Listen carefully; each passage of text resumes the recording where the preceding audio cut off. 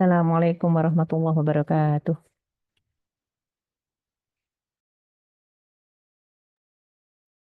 Suara saya terdengar?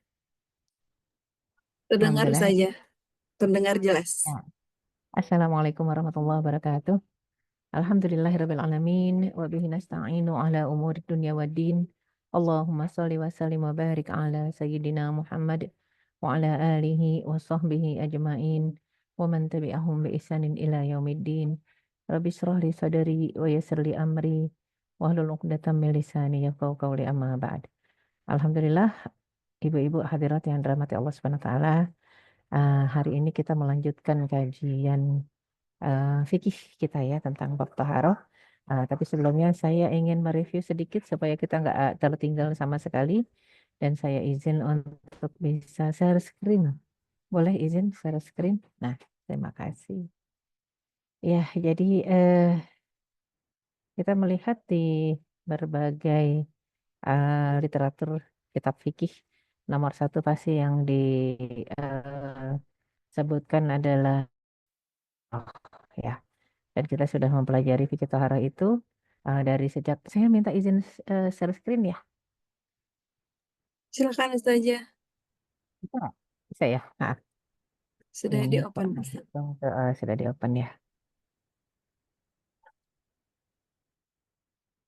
Iya, ini ada sunnah fitrah. Sebelumnya mungkin kita sempat membahas tentang sebentar ya.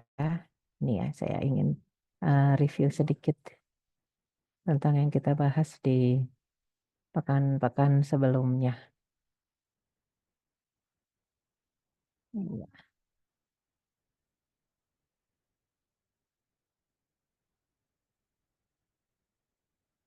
Ini kan yang sudah kita bahas ya. Ini yang sudah kita bahas dari serba-serbi fikih taharah, jenis air sudah, ya, kemudian sisa-sisa minuman, ya, kemudian jenis najis yang kita bicarakan, ya, macam-macam jenis air, kemudian macam-macam jenis najis, eh, ya, kita sudah bahas. Nah, wudhu juga sudah kan? Wudhu, mandi, dan tayamum ya. Harusnya sudah. Kalau kita masuk sekarang ke bab istinja, berarti wudhu, mandi, tayamum sudah. Adakah yang mengingat? Sudah belumnya? Saya khawatir ada yang tertinggal. Karena rentetannya memang harusnya secara runut kita bahas tentang bab air. Sesudah bab air kita bicara tentang definisi bersuci. Akhirnya kita bicara tentang bersuci itu dari najis. Najis itu apa definisinya ya. Sampai cara bersucinya, cara mensucikannya. Sesudah itu di antara cara bersuci adalah kalau tidak istinja, wudhu, mandi, tayamum. Nah, istinja ini memang dibelakangkan, jadi yang lebih utama adalah wudhu, mandi, tayamum. Apakah sudah selesai? Kalau sudah selesai wudhu, mandi, tayamum, berarti betul ya. Kita masuknya sekarang ke bab istinja. Karena wudhu, mandi, tayamum sudah sepertinya ya. Ya, jadi sampai di syarat diperbolehkannya tayamum. Berarti kita membahas bab istinja ya.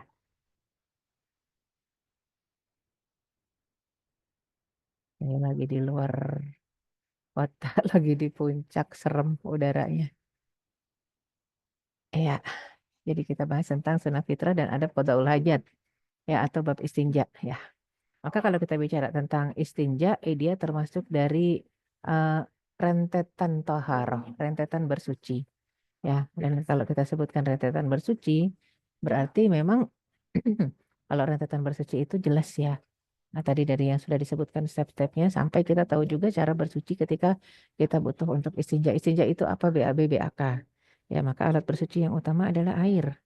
Ketika istinja, alat bersuci utama di dalam syariat kita adalah air. Kalau disebutkan dalam syariat Islam alat bersuci utama adalah air, ya maka kalau tidak ada air bagaimana gitu ya. Jadi bicaranya adalah kadang-kadang ketiadaan air. Tapi dalam kondisi yang lain bukan masalah ketiadaan air. Ada air tapi tidak bisa air dipakai. Nah, kalau kita bicaranya mandi, mandi wajib dengan wudhu, maka istilahnya kalau nggak ada air gantinya adalah tayamum. Gantinya adalah tayamum ya kalau tidak ada air. Maka dalam kondisi istinja kan nggak mungkin pakai debu ya. aduh saya mau istinja, saya mau pipis, saya mau buang air besar, tapi nggak ada air. Apa kata Yamo? Nggak bisa ya. Dia harus ada alat membersihkan lain selain air. Jadi substitusinya apa? Maka substitusinya itulah kita pelajari, substitusinya adalah kalau tidak daun kering, batu kering ya. Dan sekarang daun kering dengan batu kering karena daun itu juga kan kalau kita bicara daun dari pohon, kulit kayu juga dari pohon. Maka Rasul mencontohkan masa itu pakai daun dan kulit kayu. Kalau sekarang yang dari pohon bukan daun dan kulit kayu, tapi tisu kering ya. Itu salah satu contoh ya. Nah, kan syariat ini sangat mudah sudah diajarkan dari 14 abad yang lalu. Dan kalau ada yang mengatakan, ih kok bersuci pakai tisu, itu dari Islam. Ya, itu dari Islam. Jadi bukan bukan teknologi barat itu bersuci pakai tisu ya. Abad lalu Rasul sudah mencontohkan bersuci kalau nggak ada air pakai kulit kayu ataupun daun kering. Kalau nggak ada baru batu kering ya. Ternyata teknologi sudah lama. Jadi itu bukan masalah toiletnya orang bule gitu ya. Toiletnya orang asing kayak begitu kering. Dari dulu Islam sudah mengajarkan kalau nggak ada air toiletnya kering gitu ya. Nah, jadi itu di antara sunnah fitrah adalah adab qadaul hajat. Di antara sunnah-sunnah sebagai manusia yang fitrahnya seperti yang Allah tetapkan, fitrah keislamannya tidak boleh berubah, la tabdila li khalqillah, fitratallahi allati fataran nas 'alaiha. Allah menciptakan manusia sesuai dengan fitrahnya, Islam. Maka sampai aturan bersuci saja diatur di dalam syariat ini. Adab qadaul hajat juga diatur gitu ya. Jadi memang kita kita lihat betapa di antara sunnah-sunnah menjaga fitrah kita sebagai seorang muslim adalah berkhitan bagi laki-laki. Yang sunnahnya muakkadah dan bahkan mayoritas ulama mengatakan wajib agar sholatnya sah gitu ya. Nah, adapun bagi wanita, kalau bagi wanita itu sunnah hanya sunnah saja dan makrumah saja. Makrumah artinya nggak muakkadah, jadinya makrumah-makrumah itu menjaganya. Itu kan ketika wanita berkhitan, jadi tidak ada kewajiban ya.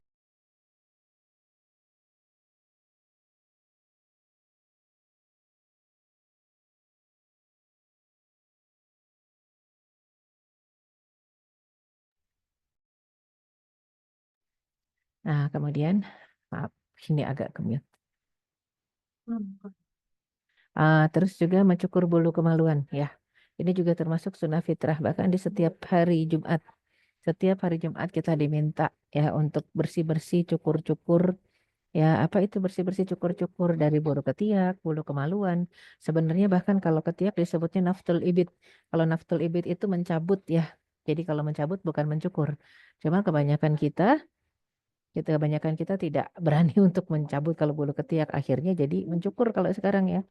Nah, kalau kita bicara tentang mencukur, berarti memang nah, ada yang menggunakan pisau cukur, kan alat cukur yang lain gitu ya, alat cukur yang lain. Dan yang paling bagus memang sebenarnya mencabut kalau kita berani dan tidak takut sakit. Nah, kemudian memotong kuku. Kalau kemaluan memang nggak ada pilihan ya, dicukur dia.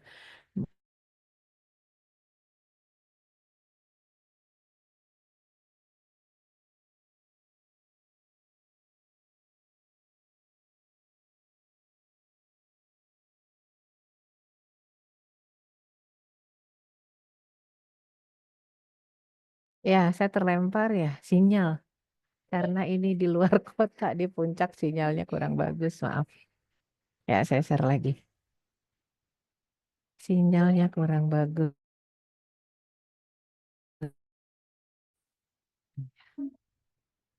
Ya, jadi kalau bulu eh, ketiak itu sunahnya dicabut, tapi kalau bulu kemaluan sunahnya dipotong, digunting sebenarnya sih ya.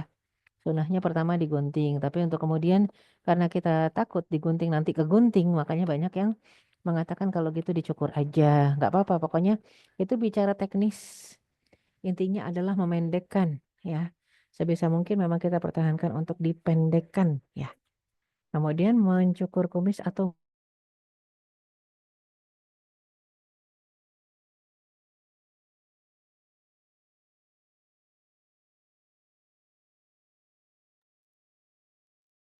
Terputus ya Ustazahnya ya. Kita tunggu ya teman-teman.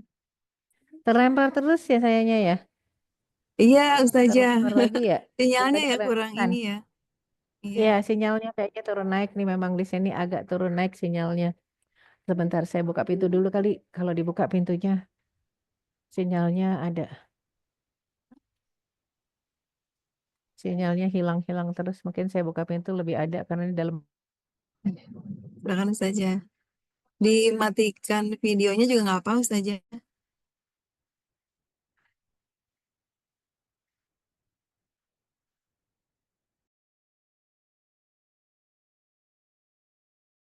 Lempar saya. Maaf, maaf, maaf.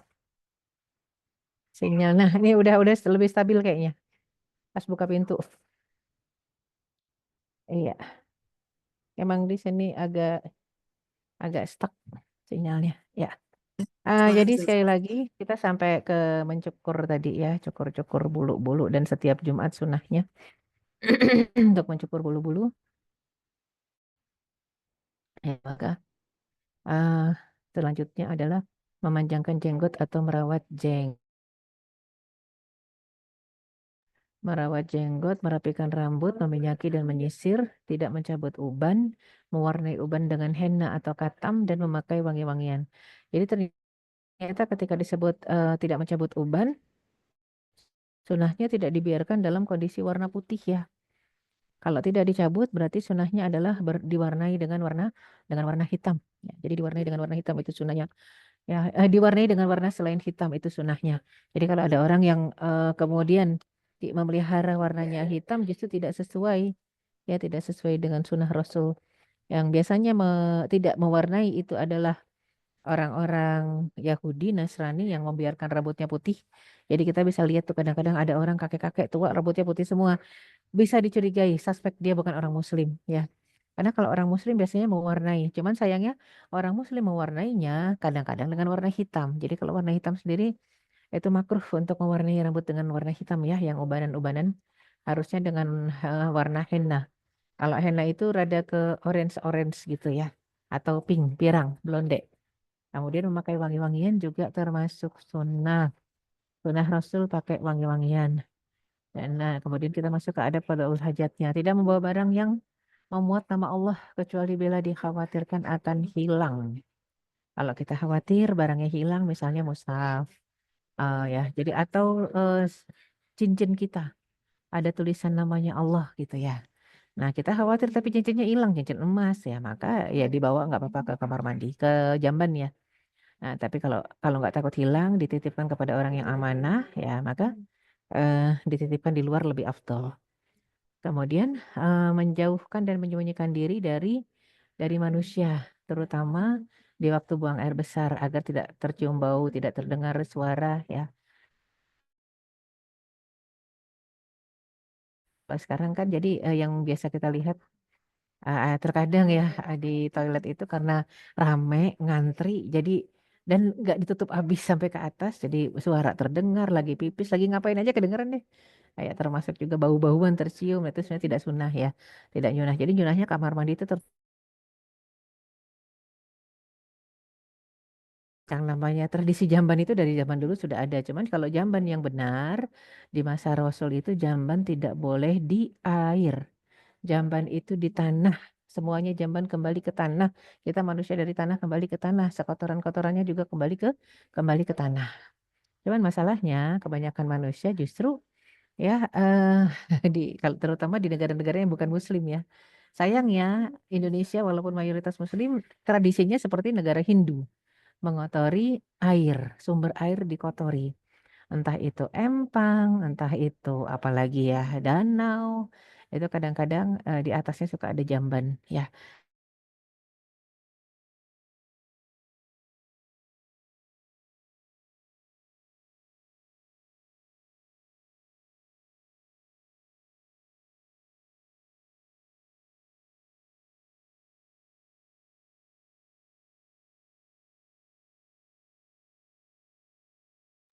Suaranya tidak terdengar saja. Apakah terputus kembali sepertinya ya?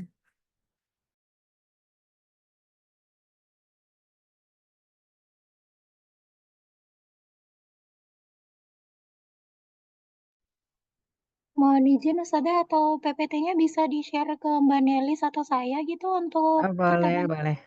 Iya. Ya, ya, saya share PPT-nya ya.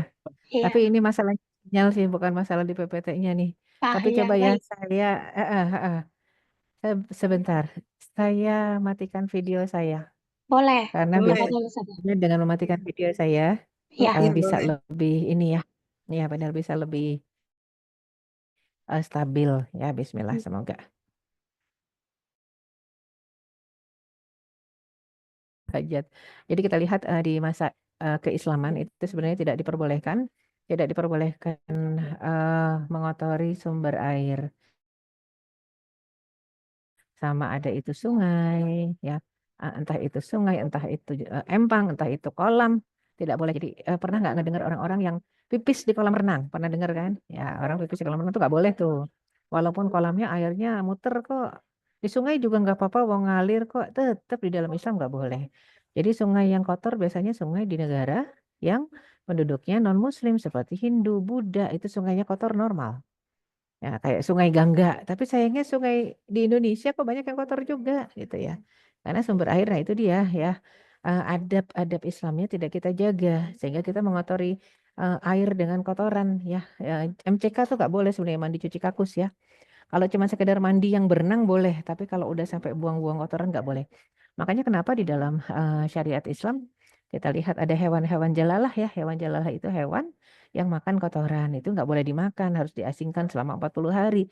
Sedangkan banyak yang tidak paham di antara kita sampai hewan jalalah misalnya dia ikan mujair atau ikan lele diambil dari empang atau ikan emas gitu ya. Dari empang yang empangnya di atasnya ada jamban itu nggak boleh dimakan, dia harus diasingkan 40 hari. Pakai pakan ternak yang bagus barulah boleh dikonsumsi. Dan itu pun ya kita lihat betapa Islam menjaga jangan sampai sumber-sumber air itu rusak. Bahkan Allah menyebutkan minal ma'i kullasyai'in hayy ya. Sesungguhnya aku ciptakan kehidupan itu berawal dari air. Bukan cuma kita dari air mani, air yang hina, bukan. Tapi semua dari airlah sumber kehidupan itu berasal. Ternyata manusia juga berapa puluh persen, coba dari di tubuhnya 70% itu air. Ya, jadi bukannya justru yang selain air ya. Itu memang sumber kehidupan adanya dari air. Karena air itu sendiri ada H2O-nya, ada hidrogennya, ada oksigennya gitu ya. Dan kita lihat ada qadaul hajatnya ya, selain tidak mengotori air ya, maka dia harus dari tanah kembali ke tanah. Kemudian juga cari yang jauh agar tidak tercium bau dan tidak terdengar suara. Dan sebelum masuk jamban atau masuk kamar mandi, masuk satu tempat yang ada kakusnya ya. Jadi beda gini, ada kamar mandi di zaman dulu di rumah-rumah nenek kita itu cuma mandi doang, gak ada WC. Nah kalau gitu baca Bismillah aja udah cukup. Tapi kalau yang ada WC-nya di dalam sebelum kita melangkah masuk dengan kaki kiri itu harus sudah baca. Ya, bukan cuma sekedar bismillah, bahkan ada ta'awuznya, ada isti'adzahnya. Menghindari bicara sama sekali. Sedangkan kita di masa ini sering sekali mendengar orang di kamar mandi ngobrol ya. Entah di kamar mandi ngobrol, entah di jamban juga ngobrol, samping-sampingan, teriak-teriakan karena jambannya atapnya pendek gitu ya. Nggak perlu ngobrol, nggak boleh ngobrol sama sekali. Karena Islam kan tindakannya tindakan preventif ya, preventif. Kenapa preventif? Sesungguhnya ketika kita di jamban, ya kalau kita ada di satu tempat yang kotor ini maka jelas sekali banyak mengandung virus. Sehingga untuk membuka mulut itu dilarang, ya. Untuk membuka mulut itu dilarang. Ini benar-benar aturan Islam ya. Membuka mulut kita dilarang, apalagi berbicara, ya ngobrol, apalagi nyautin ucapan salam ataupun azan, nggak boleh. Tidak menghadap kiblat atau membelakangi kiblat, jelas sekali. Jadi yang ingin buat jamban WC harusnya sudah mengetahui mana arah kiblatnya. Kemudian mencari tempat yang lunak dan rendah untuk menjaga agar tidak terkena najis. Dan menghindari lubang agar tidak menyakiti hewan-hewan yang mungkin ada di sana. Mungkin kita akan lihat poin yang cari tempat yang lunak, rendah, supaya nggak nyiprat. Nah, berarti sebenarnya nggak boleh berdiri ya, dan juga nggak boleh ke tempat yang keras. Jadi harus ke tempat yang landai, yang empuk ya, sehingga atau kayak pasir nyerap ya, atau kayak sekarang sudah WC-WC-nya ada septic tank ya, maka masuk. Nah, itu lebih lebih afdal untuk tidak nyiprat. Kemudian menghindari lubang agar tidak menyakiti hewan yang mungkin ada di sana. Kalau kita lagi berkemah Maka jangan sampai di lubang-lubang begitu ya. Kita pipisin misalnya. Itu akan menyakiti hewan yang ada di lubang-lubang tersebut ya. Kemudian hendaklah menjadi tempat orang bernaung, jalanan dan tempat pertemuan mereka. Sampai Rasul mengatakan ijtanibul mala'in. Jauhilah tempat orang-orang melaknat. Kenapa orang bisa melaknat? Ya, ternyata kalau kesel orang jadi melaknat. Ya, contohnya kalau lagi kesel, udah capek, lelah, panas, terik, pengen berlindung, pengen berteduh. Begitu ketemu halte bis atau ketemu pohon yang rimbun, udah mau duduk nyender bau pesing. Nah, coba apa dia nggak ngutuk tuh? Ya Allah, kesel banget gitu ya. Mungkin kadang-kadang ada yang bilang brengsek nih yang pipis di sini. Itu sepakat laknatan tadi kena dari orang terakhir sampai orang pertama yang kena laknat ya. Jadi nggak cuma orang paling akhir, ternyata orang paling yang pertama juga kena laknat. Ya, itu dia ya. Dan jangan buang air di tempat mandi, termasuk di kolam renang, termasuk di eh, apalagi tempat kita mandi lah, ada mungkin bukan cuma sekedar kolam renang, ada danau, ada sungai, jangan ya. Sama ada di air tergendang atau air mengalir sama aja. Dan tidak boleh pipis waktu berdiri. Mau laki mau perempuan nggak boleh pipis berdiri. Karena bertentangan ya dengan kesehatan, kesopanan dan adat yang baik ya, juga untuk menghindari percikan ya. Kecuali kalau kita dapat menghindari percikannya, maka dipersilakan, tapi tidak boleh sering-sering. Kenapa? Tadi masalah kesehatan ya. Maka laki-laki zaman sekarang mudah sekali terkena prostat karena masalahnya pipisnya berdiri tadi ya. Dan wajib menghilangkan najis yang terdapat pada kedua kedua jalan. Apa itu ya? Jadi wajib menghilangkan najis yang terdapat pada kubul dan dubur. Ya, jadi kharaja syai'un min sabilain, yang namanya dua jalan itu yang membuat kita jadi batal wudunya, yaitu kubul di depan dan dubur di belakang ya. Dan tadi disebutkan menghilangkan najisnya dengan apa? Ya, jadi menghilangkan najisnya dengan air kalau ada air, apalagi kalau memang berbentuk padat ataupun cairan ya. Kalau bentuknya angin gimana? Kalau angin ya wudu ya. Karena kalau berbentuk angin maka najisnya bukan najis aini, najisnya najis ma'nawi ya. Keluar angin dari depan dari belakang gitu ya. Najis batal kita tapi najisnya maknawiyah. Adapun najis yang memang aini ya, najis yang hakiki adalah kalau bentuknya padat dan cair ya. Maka dihilangkannya kalau tidak ada air itu diganti ya, diganti dengan apa? Diganti dengan batu, dengan daun, dengan tisu kering kalau sekarang ya. Dan juga tidak bersuci dengan tangan kanan. Ya nggak boleh. Walaupun dia kidal tetap ya kalau untuk makan minum tangan kanan tapi bersuci dengan tangan kiri. Itu merupakan satu hal yang penting sekali untuk kita pahami ya di dalam syariat Islam ternyata hal itu diatur sedemikian rupa. Dan sesudah bersuci agar menggosok tangan dengan tanah karena dulu nggak ada sabun, maka yang dipakai tanah untuk menghilangkan bau ya. Jadinya pakai tanah, kemudian pakai daun ya supaya bau-bau busuk yang melekat di sana hilang. Rasul biasanya kalau bersuci itu bawa daun bidara dan agar memerciki kemaluan dan celananya dengan air bila pipis guna melenyapkan was-was dalam hati. Hingga nanti bila kedapatan basah maka ia mempunyai alasan bahwa itu adalah bekas percikan tadi. Ya. Dan mendahulukan kaki kiri sewaktu hendak masuk jamban atau WC. Ya, dan kemudian ketika keluar kita baca doa apa tadi kan kalau masuk kita bacanya Allahumma inni a'udzubika minal khubuthi wal khaba'its. Ya Allah, aku berlindung padamu dari ya setan laki dan setan perempuan. Maka kalau keluar bacanya ghufranaka ya Rabb. Ya, aku mohon ampunanmu wahai Allah. Ya, jadi minta ampunan Allah Subhanahu wa taala. Itu dari adab istinja atau adab qadaul hajat yang bisa kita pahami ya. Kita pelajari karena memang um, setiap muslim itu terikat dengan apa? Dengan segala apa yang dikerjakan, diucapkan ya, diyakini, difikirkan, diniatkan itu ciri seorang muslim ya. Jadi dia tidak akan pernah terlepas tanggung jawabnya dari apapun yang melekat kepada diri dia ya. Sama ada itu perbuatannya adalah kata-kata ataupun juga perbuatan fisik gitu ya. Maka kalau kita buang hajat, kita mau istinja ya maka itu bukan lagi cuma sekedar fisik tapi niat juga ya. Ada sebelum masuk zaman doa juga doanya harus diucapkan secara jaharian ya, diucapkan di spelling terdengar. Ya, jadi memang itu diantaranya adab-adabnya.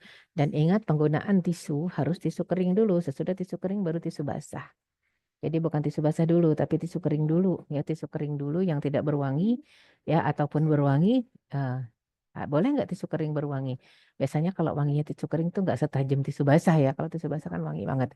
Nggak masalah. Pokoknya penggunaan tisu wangi nggak apa-apa kecuali dalam kondisi ihram. Kondisi ihram lah kita nggak boleh pakai tisu wangi ya. Jadi seperti itu kita mengambil apa yang dicontohkan oleh Rasulullah SAW dalam keseharian beliau ya. Sama ada bangun tidur kita baca doa, kita ibadah juga ada ibadah khusus. Kemudian kita sama mengucapkan ya ta'awuz kita ketika mau masuk jamban. Nah ini semuanya contoh dari Rasulullah SAW agar kehidupan kita terjaga ya, dijaga oleh Allah 1 kali 24 jam dalam seluruh aktivitas yang aktivitas tadi tidak mendatangkan dosa. Ya, yang aktivitas tadi bahkan mendatangkan rahmat dalam bentuk kasih sayang Allah. Wallahu a'lam bishawab.